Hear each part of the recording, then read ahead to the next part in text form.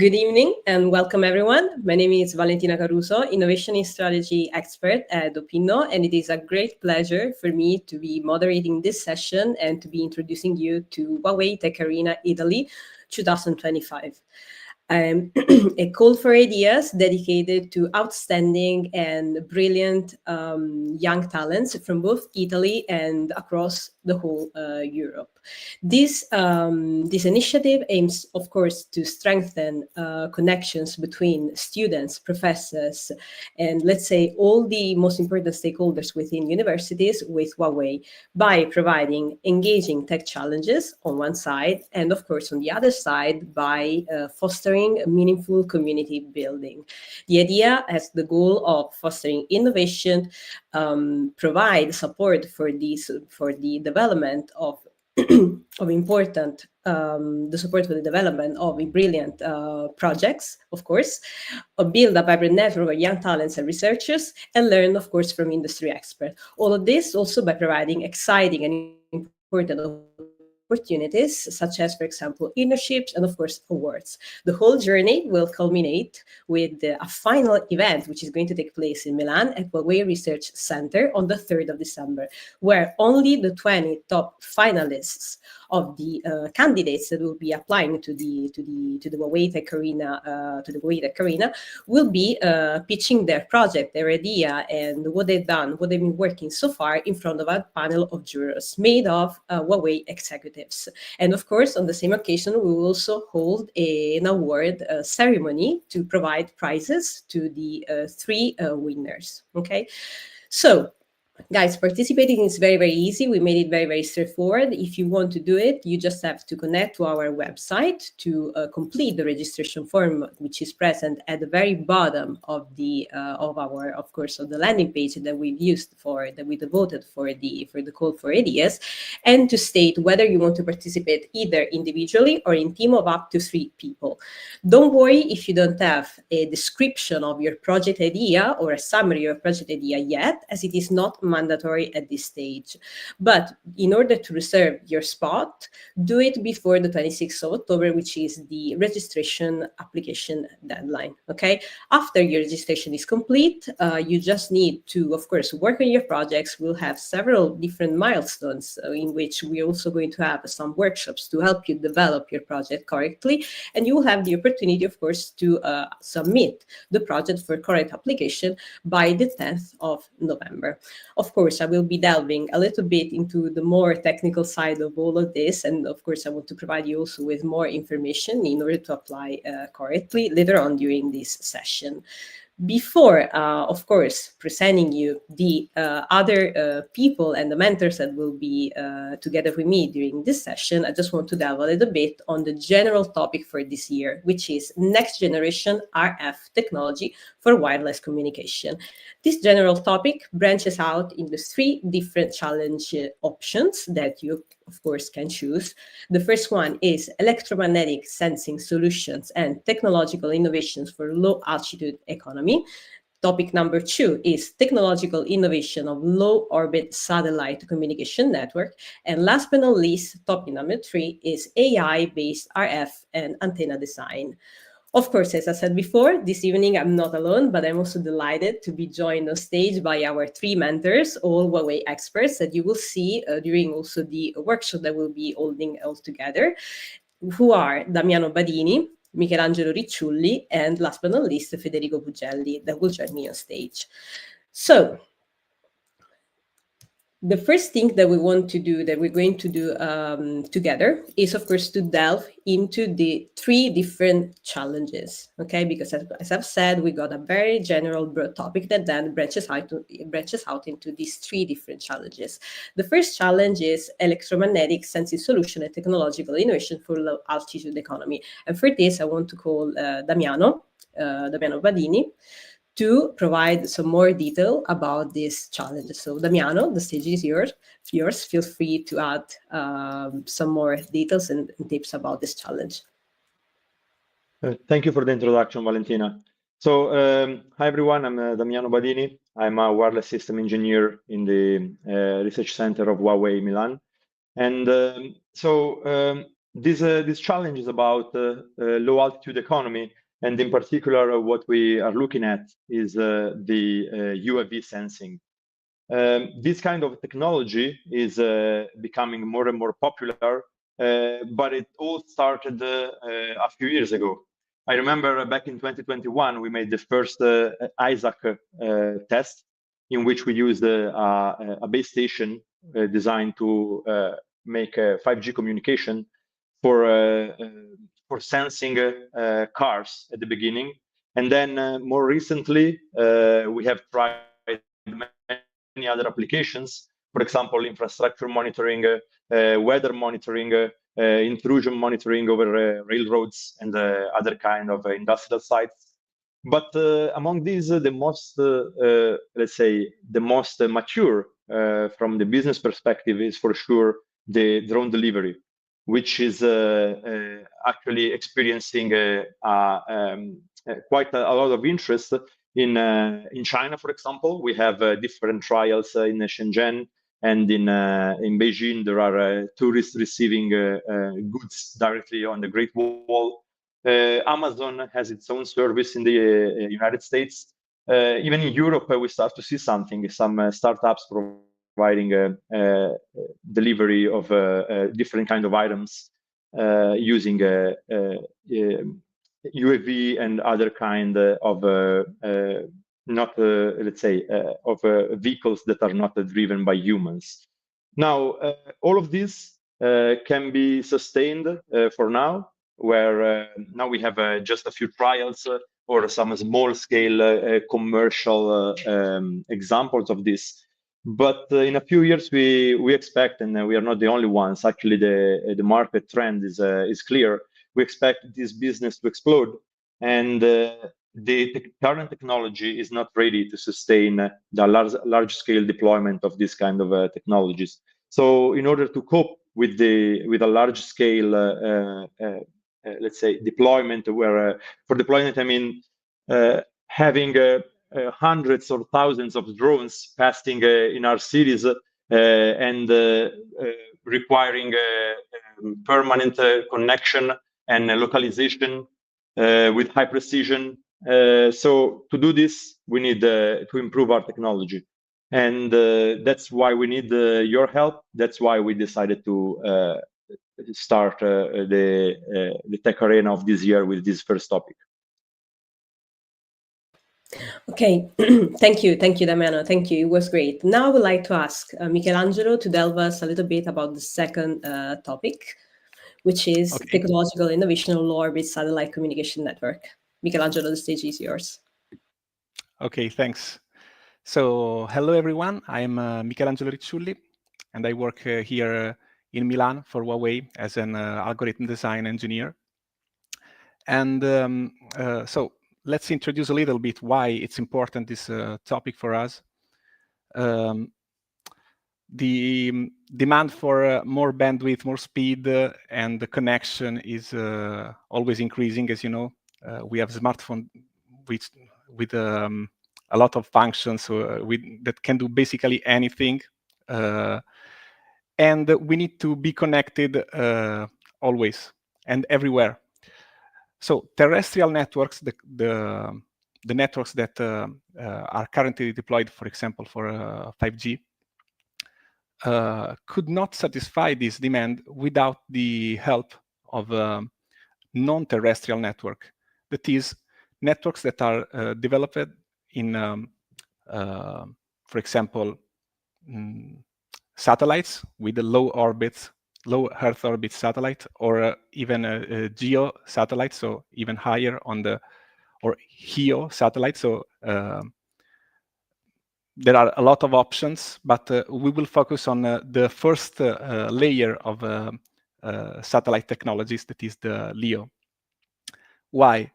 Because let's think to, if we want to have a global coverage, so in the middle of the ocean or in a rural area where maybe deploying fiber optics or electromagnetic radio frequency equipment is not an economically viable solution, the help of coverage through satellite network is fundamental. to reach a real ubiquitous connectivity. And of course, this kind of network faces many challenges, because you need to think that LEO satellites, to have that kind of orbit, are very, very fast. They reach many thousand of kilometers per hour in speed, and they need to cover very big area. They need to satisfy the demand of a huge capacity. They need to cover at the same time different countries, and they need to manage interference that can be of big impact, especially if you think that currently the frequencies for a non-terrestrial network partially overlaps with the frequencies that are reserved for a terrestrial network. So there are some big topics to be still explored in this field, and some of them, which I will explain you more in depth, will be the optimization of the beam design and a deployment of a seamless integration of the terrestrial and non-terrestrial network to manage the handover of a user from one network to the other, and also the interference management.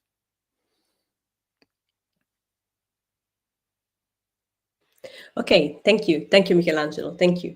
Okay, so now I'll go with the last topic. So I'll call Federico on stage to tell us a little bit about topic number 3, AI-based RF and antenna design. Federico, the stage is yours.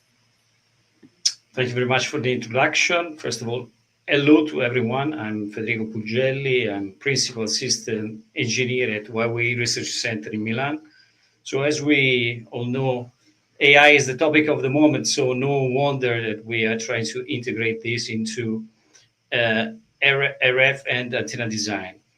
This is not just a fashion. We think it's going to be a real change in how we build systems. Because for years, we worked in very slow loops. We ran an electromagnetic simulation, we tune, prototype, measure, and repeat, so on and so forth. So by means of AI, we hope to drastically shorten this loop in 3 ways. First of all, by using surrogate models with fast machine learning models that learn a map from geometry to performance. Instead of using thousands of full wave simulations, we query the surrogate model in milliseconds, so we can do global research, quick checks, and sensitivity studies. Second, it's very important, we hope to use inverse design. So with Bayesian optimization or simple reinforcement learning, we ask which design gives this pattern under limits on bandwidth, gain, efficiency. Or for example, for reconfigurable arrays, AI may pick diode states in real time to steer beams, cut side lobes, or cancel interference. Third, but not least, adaptive RF. Data-driven models correct coupling, path variation, and thermal drift. So we can think of self-calibrating arrays, auto-tune, matching networks, and AI-aided-based predistortion. There are, of course, big challenges. First of all, we have to get good data, as ubiquitous in AI systems. We have to generalize to new cases. We have to respect physical parameters, so causality, passivity, energy limits, and we also need a very solid workflow. The hope is that AI won't replace RF engineers.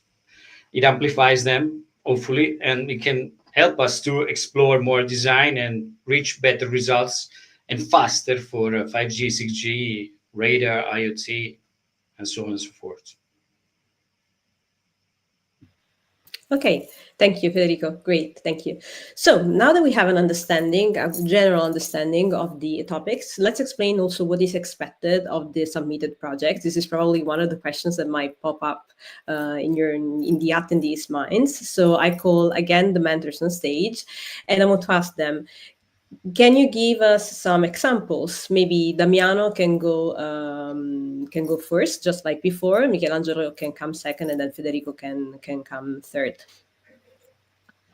Okay, so as I said before, we're looking for solutions for the monitoring of hundreds or thousands of UAV that will in future populate our cities. And if we want to control them, we need to be sure that they are where they are supposed to be, and they are not where they are not supposed to be. So the kind of problems that we're trying to solve right now, that are still open problems for us, are, for example, the sensing of a UAV in presence of signal to cluster ratio, which is in the order of minus 50 dB. Because you probably know the radar cross-section of a drone is about minus 20 dB, whereas a building can have a cross-section of about 30 dB. So in this condition, it is very challenging to detect a drone, which is actually as detecting a bird in a city, where everything is scattering and there is interference coming from other base stations, which we do not control because they are doing communication with other users, and there is multipath. So I mean, I could go on and on and tell you many different issues that we have, but I think you got the idea. We have issues in the optimization of the hardware itself, because we are used to we use an hardware which is optimized for communication, and now we want to have a dual purpose hardware which for which the cost cannot explode, and we cannot affect the performance of communication, which is the main business of our customers. So to solve all these issues, basically there are two things that we can operate on. One is the algorithm for sensing. The other one is the design of the analog front end. Let's say the improvement of isolation, the improvement of the beamforming algorithm, and the improvement of the side lobes of the antenna. These things can give very different requirements. If we're talking about an algorithm, then the deliverable is going to be, let's say, a software, a simulation code in which you prove the performance of the algorithm that you are proposing. If it's, let's say, a new hardware solution, then it could be, the deliverable could be a design made, an electromagnetic design made with one of the many tools that are the commercial tools that are on the market. So yeah, I would say it can be very various, but I guess the real requirement depends then on the kind of ideas that you want to propose. Okay, great. Michelangelo, now you can go. Okay, so basically there are two kind of challenges that we proposed in the innovation for LEO satellite networks. The first one regards is regarding the design of an algorithm for the phase, the weight of each antenna of the array. So the phase weights for each antenna of the array, and it's a very huge array. You have some requirement for the design, and what I expect for this part is for sure some kind of simulation results to show that with your approach you can achieve the requirement in the challenge. For the other part of the challenge, we have two topics that are the integration, as I said, of terrestrial and non-terrestrial network to design a way to seamlessly allow the user to pass from one network to the other. So first the user is connected to the satellite non-terrestrial network, and then he needs to switch with very, very low interruption time, below 100 milliseconds, to the terrestrial network. And here, maybe it's more of thinking how to exploit the information that you have to do this kind of process in the best and fastest way possible. And the same is for the interference elimination. Since you have sharp to short circuit detection, you need to use it in the best way possible. So you need to propose some algorithm, some process to enable frequency use and possibly allowing deep spectrum isolation between the two networks, or even a solution that allows dynamic spectrum sharing to use the spectrum in the best way possible. Okay, thank you, Michelangelo. Last but not least, Federico, what are the expectations for topic number 3? I would suggest to start with a clear goal. So, for example, beam shaping or matching. The students should add a short review of 3-5 key papers. Then they should explain their data, how they get them, how much they need, and how they split the phases of train, validation, and test. And very important, they have to state the physical rules they need to respect, so passivity, causality, power limits. Then they should choose a simple method and justify why they choose that. It can be a surrogate model, it can be Bayesian optimization or basic reinforcement learning. And then define the metrics in terms of gain, bandwidth, side lobes, efficiency, and compare them against a baseline design. Then I suggest to validate everything with full wave simulations, or if possible, some small measurements. Share some clean, reproducible code, and very important, they should add with the impact. It's faster design or better performances. Okay, wonderful. Thank you, mentors, for all the explanations and, of course, examples which are going to be useful for the people who want to, who are willing, of course, to apply to the challenges. I also want to add that we will provide all participants with all the information in order to submit the project correctly, and above all, and also a PowerPoint template with all the guidelines containing, of course, the instructions to write your abstract correctly, and also the specific details that are necessary for the upload of your project proposal. Remember, of course, and this is very important, that each submission should be maximum 5 slides. So do focus on quality in this case rather than quantity. This is a reminder for our, of course, attendees. Now, having seen all the expectations that, of course, we have for your projects, I want to delve into a Q&A session, since we've been receiving different questions during the last couple of days. Getting with the first one, which is, what is the deadline to register and to submit the project? Look, it is important to register as soon as possible to secure your spot, especially for the different milestones that we're going to have throughout this journey altogether. You just have to register by logging into our website. Scroll down to the bottom of the landing page. You find a very easy form in which you will have to state whether you're applying individually or as a team of up to 3 people. Later, you will be receiving a second form in which you will have also to provide more information about your project. But as I said before, do not worry if you don't have a clear project idea, clear summary of your project. In this moment, it is not necessary, it is not mandatory at this stage. This is because, of course, during the workshops, you will have the opportunity to talk to the mentors and define and refine, of course, the development of your project. The important thing is to do the pre-registration and the registration by October the 26th to secure your spot for the upcoming workshops.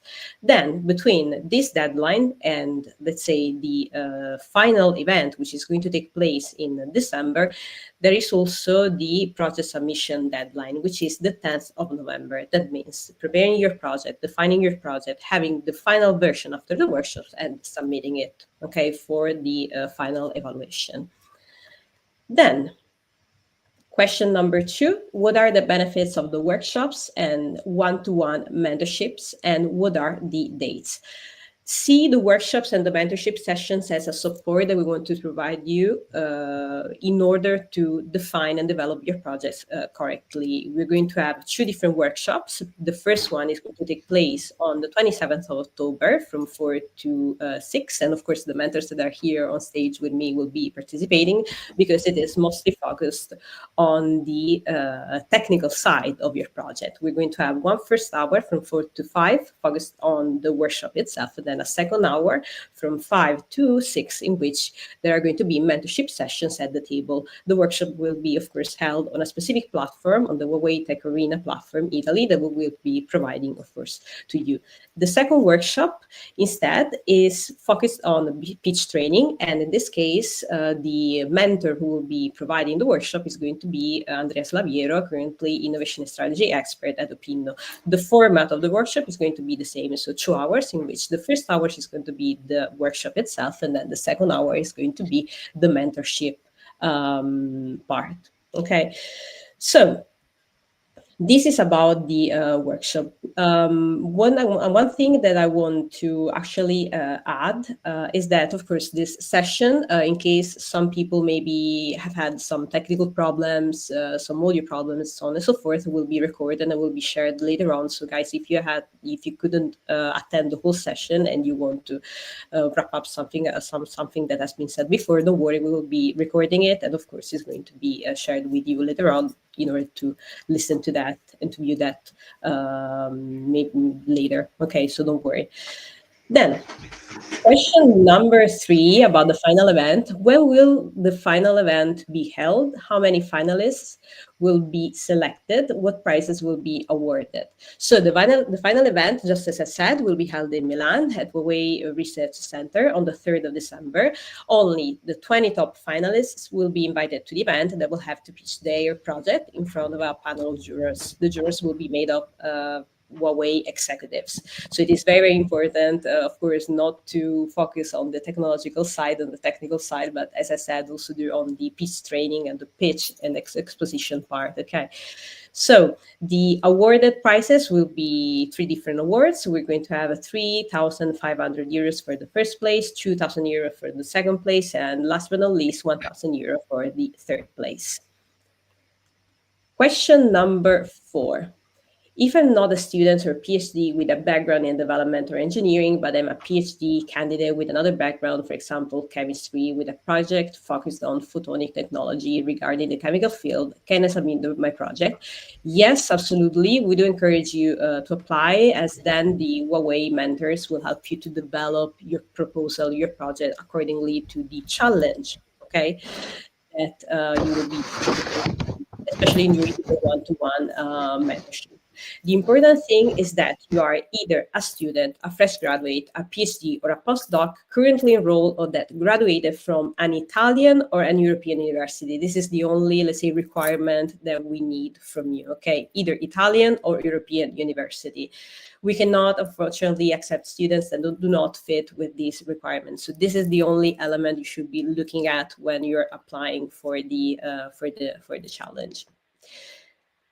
Then, in Form 2, when you ask to upload an idea, do I have to submit the form and submit my complete idea later? Will that work? Do I have to write a summary? It is not, just as I said, mandatory to have a complete, let's say, description or summary or abstract of your idea at this stage, because during the workshops, you will have, of course, the opportunity to define, redefine, and improve, of course, your idea. So it is not mandatory to have, let's say, a clear description of your idea at this stage.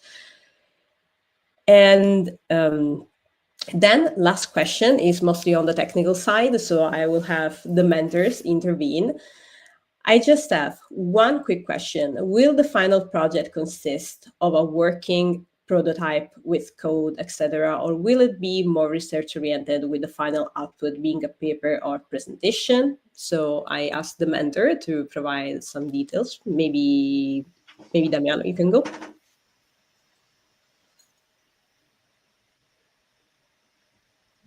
You're muted, Damiano. You are muted. Thanks. It's actually connected to what I was saying before. It really depends on the kind of project that we have in mind here. So as I said, if we're talking about an algorithm, of course there will be a presentation, and the performance, the claimed performance, the claimed complexity, or whatever is the advantage that is claimed by the person that's proposing the project, should be demonstrated through a simulation. So yeah, in that case, the final project would be the simulator itself proving what's claimed by the proposer. If it's something else, then yeah, the example that I mentioned earlier, if it's a design of this also fits maybe with the topic of Federico. If it's a design of an antenna, then it could be also good to have the antenna simulated with one of the simulation softwares that that everybody uses to design antennas. So if that's the field that you want to work in, then it's quite straightforward to address one of those softwares. I don't know if this answers the question, but yeah, eventually we can complement more. Okay, maybe Michelangelo, Federico, do you want to add anything else? Yes, I completely agree. From my side, I would suggest a presentation so that we can understand what the project was about and the development of the project. And yes, a simulated model with FSS or CST or one of those softwares that we usually use for antenna design simulation. So I completely agree with what Damiano said. Okay, perfect. Michelangelo, I don't know if you want to add anything. Sorry, you were muted. No, I would say I completely agree with my colleagues regarding the specific topics. As I said, some part require for sure some kind of simulation. The other parts are more designing a procedure. So, of course, they must demonstrate that they are feasible, but there is no need for a simulation for the innovation part that I described. Okay, thank you. Maybe some of the attendees wanted to hear a little bit more about the second topic from you, Michelangelo, since we had some audio technical issues. So since we have a couple of minutes before wrapping everything up, if you can repeat your explanation about the topic number 2, and then we will wrap everything up. Sorry, the explanation in details, or the first introductory part was the first introductory part, because the audio was not clear. Okay, sure. Now, basically, I was discussing about how the non-terrestrial network will have a huge impact on the ubiquitous connectivity for the future of our mobile network, because if we need to connect from, I don't know, a ship or an airplane, or from a very remote part of the world where maybe it's not economically viable to deploy a fiber or radio frequency apparatus, the help of satellites is a huge help. So for terrestrial network, we say only sky is the limit. For non-terrestrial network, we can go even beyond the sky with satellites. And of course, they are also important for managing disaster. So when there are big disaster, satellite network could come to help and ensure the reliability of and the resilience of our network. And of course, this kind of new topology where we don't have just radio communication on the surface of Earth, but kind of a 3D network that expands into the space, has its own set of challenges because we need to cover many some countries in the same moment when the satellite is passing, or the fact that we have huge delays, we have huge speeds of the satellites, especially LEO satellites. You know, they go thousands of kilometers per hour, and as I explained better in the second part, the main topics for our challenge will be the design of an optimized beamforming network, beamforming weights, and the integration of terrestrial, non-terrestrial network. So from one side, we need to ensure a seamless switching from terrestrial to non-terrestrial network of users, and from the other side, we need to reduce the interference reusing the same frequency because the spectrum is a scarce resource. Thank you, Michelangelo. Great. Thank you also for repeating, of course, this explanation of the second challenge. Okay, now to wrap up, mentors, do you have any practical tips for the candidates who are interested in joining the Huawei Tech Arena Italy 2020-25? Yes, I mean, there are no bosses, there is no deadline, so be as creative as you can. Actually, I want to add that there are deadlines, even though they're very exciting. Okay, but it's not not given by the boss, so it's. Okay, Damiano, Michelangelo. Yeah, but it's actually a good point. Yeah, it's a good opportunity to propose something that you wouldn't propose anywhere else. That it could be also fun to develop and maybe one day to work together on. So yeah, do not limit your imagination. Yeah. I think that the imagination and creativity are the most important part in this kind of challenges. So brainstorm with yourself and develop something new. Okay, thank you, mentors, for the wonderful tips. And just to wrap up, my advice for you, for the attendees who are interested in joining the Tech Arena Italy, is of course to register right away to secure your spot, because the more prepared, and of course to start thinking about your project and how you imagine your project will be like, because the more prepared you come to the workshops and the mentorships, of course, the greater knowledge you will achieve out of this journey together, which is not only about, of course, receiving an award. It's not only about pitching your idea in front of a jury panels, but it's the whole experience with this journey that is indeed enriching. So they're saying that from our colleagues that we have another question that we have time in order to ask, which is, can we also have the opportunity to talk to mentor personally? So I actually asked the mentor in this case. Well, you have the opportunity, of course, during the workshops at the end. They will join at the table. They will join you at your table, which acts as a sort of breakout room. So you will have the opportunity to do that. I don't know if the question is intended also outside the tech arena. So having said that, I don't know if we have any other questions. I do not think so. My advice, as I said, is to register right away to secure your spot for the first workshop, which is going to take place on the 27th.